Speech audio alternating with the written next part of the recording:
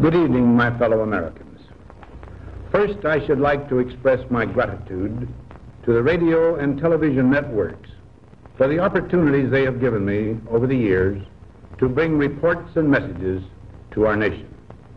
My special thanks go to them for the opportunity of addressing you this evening.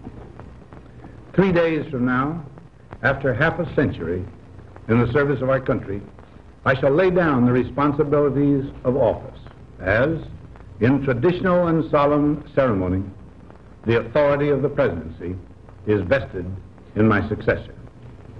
This evening, I come to you with a message of leave-taking and farewell, and to share a few final thoughts with you, my countrymen. Like every other citizen, I wish the new president and all who will labor with him Godspeed. I pray that the coming years will be blessed with peace and prosperity for all. Our people expect their president and the Congress to find essential agreement on issues of great moment, the wise resolution of which will better shape the future of the nation. My own relations with the Congress, which began on a remote and tenuous basis when, long ago, a member of the Senate appointed me to West Point, have since ranged to the intimate during the war and immediate post-war period, and finally to the mutually interdependent during these past 8 years. In this final relationship, the Congress and the administration have, on most vital issues, cooperated well to serve the nation good rather than mere partisanship, and so have assured that the business of the nation should go forward.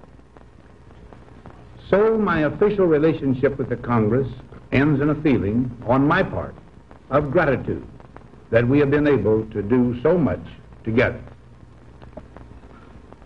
We now stand 10 years past the midpoint of a century that has witnessed 4 major wars among great nations. 3 of these involved our own country. Despite these holocausts, America is today the strongest, the most influential, and most productive nation in the world. Understandably proud of this preeminence, we yet realize that America's leadership and prestige depend not merely upon our unmatched material progress, riches, and military strength, but on how we use our power in the interest of world peace and human betterment.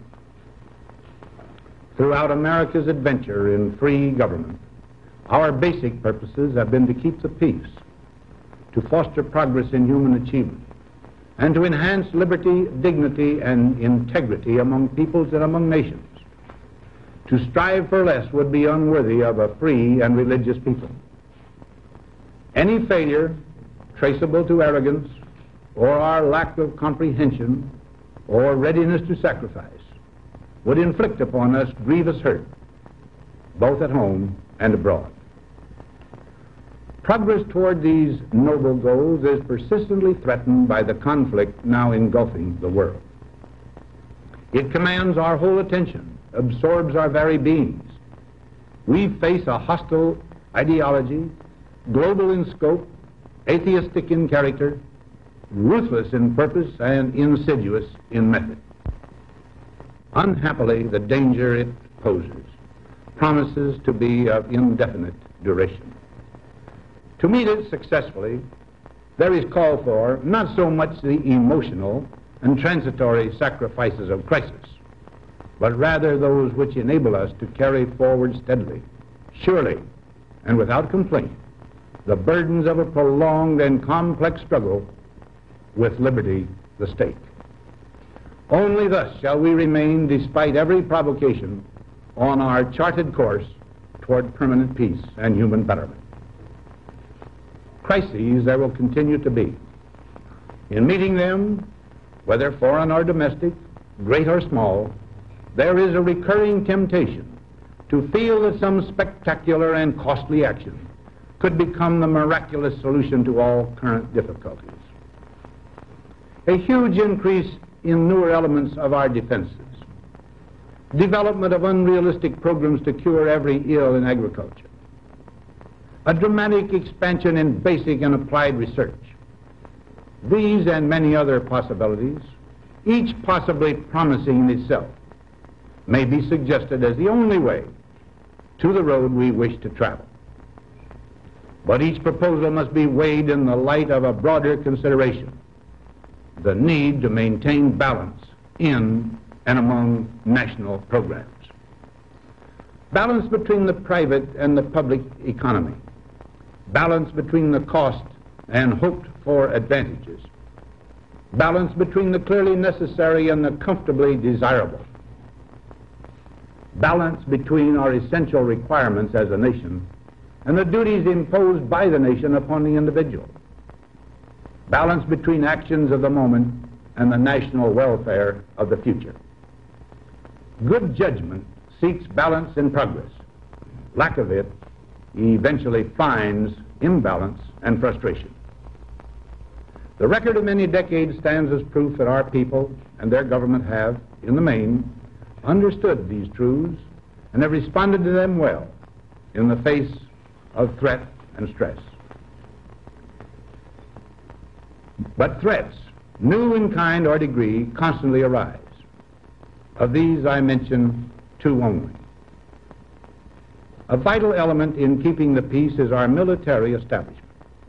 Our arms must be mighty, ready for instant action, so that no potential aggressor may be tempted to risk his own destruction. Our military organization today bears little relation to that known of any of my predecessors in peacetime, or indeed by the fighting men of World War II or Korea. Until the latest of our world conflicts, the United States had no armaments industry. American makers of plowshares could, with time and as required, make swords as well. But we can no longer risk emergency improvisation of national defense. We have been compelled to create a permanent armaments industry of vast proportions. Added to this, 3.5 million men and women are directly engaged in the defense establishment. We annually spend on military security alone more than the net income of all United States corporations. Now, this conjunction of an immense military establishment and a large arms industry is new in the American experience. The total influence, economic, political, even spiritual, is felt in every city, every state house, every office of the federal government. We recognize the imperative need for this development, yet we must not fail to comprehend its grave implications. Our toil, resources, and livelihood are all involved. So is the very structure of our society. In the councils of government, we must guard against the acquisition of unwarranted influence, whether sought or unsought, by the military-industrial complex. The potential for the disastrous rise of misplaced power exists and will persist. We must never let the weight of this combination endanger our liberties or democratic processes. We should take nothing for granted. Only an alert and knowledgeable citizenry can compel the proper meshing of the huge industrial and military machinery of defense with our peaceful methods and goals, so that security and liberty may prosper together. Akin to and largely responsible for the sweeping changes in our industrial military posture has been the technological revolution during recent decades. In this revolution, research has become central. It also becomes more formalized, complex, and costly. A steadily increasing share is conducted for, by, or at the direction of the federal government. Today, the solitary inventor, tinkering in his shop, has been overshadowed by task forces of scientists in laboratories and testing fields. In the same fashion, the free university, historically the fountainhead of free ideas and scientific discovery, has experienced a revolution in the conduct of research. Partly because of the huge costs involved, a government contract becomes virtually a substitute for intellectual curiosity. For every old blackboard, there are now hundreds of new electronic computers. The prospect of domination of the nation's scholars by federal employment, project allocations, and the power of money is ever present and is gravely to be regarded. Yet in holding scientific research and discovery in respect, as we should, we must also be alert to the equal and opposite danger that public policy could itself become the captive of a scientific, technological elite.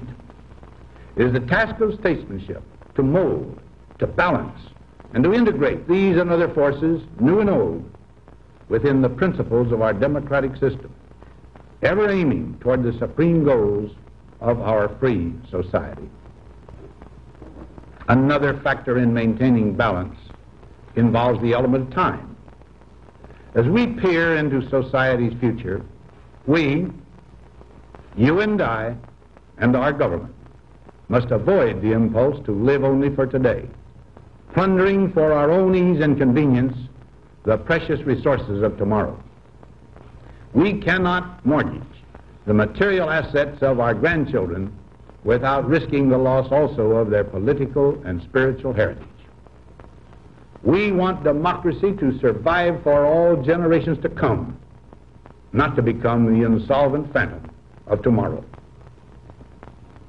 During the long lane of the history yet to be written, America knows that this world of ours, ever growing smaller, must avoid becoming a community of dreadful fear and hate, and be instead a proud confederation of mutual trust and respect. Such a confederation must be one of equals. The weakest must come to the conference table with the same confidence as do we, protected as we are by our moral, economic, and military strength. That table, though scarred by many past frustrations, cannot be abandoned for the certainty agony of disarmament of the battlefield. Disarmament with mutual honor and confidence is a continuing imperative. Together we must learn how to compose differences, not with arms, but with intellect and decent purpose. Because this need is so sharp and apparent, I confess that I lay down my official responsibilities in this field with a definite sense of disappointment. As one who has witnessed the horror and the lingering sadness of war, as one who knows that another war could utterly destroy this civilization which has been so slowly and painfully built over thousands of years, I wish I could say tonight that a lasting peace is in sight. Happily, I can say that war has been avoided. Steady progress toward our ultimate goal has been made, but so much remains to be done. As a private citizen, I shall never cease to do what little I can to help the world advance along that road. So in this, my last good night to you as your president, I thank you for the many opportunities you have given me for public service in war and in peace. I trust in that service you find some things worthy. As for the rest of it, I know you will find ways to improve performance in the future. You and I, my fellow citizens, need to be strong in our faith that all nations under God will reach the goal of peace with justice. May we be ever unswerving in devotion to principle, confident but humble with power, diligent in pursuit of the nation's great goals. To all the peoples of the world, I once more give expression to America's prayerful and continuing aspiration. We pray that peoples of all faiths, all races, all nations may have their great human needs satisfied, that those now denied opportunity shall come to enjoy it to the full, that all who yearn for freedom may experience its spiritual blessings. those who have freedom will understand also its heavy responsibility. That all who are insensitive to the needs of others will learn charity, and that the sources, scourges of poverty, disease, and ignorance will be made disappear from the earth. And that in the goodness of time, all peoples will come to live together in a peace guaranteed by the binding force of mutual respect and love. Now, on Friday noon, I am to become a private citizen. I am proud to do so. I look forward to it. Thank you, and good night.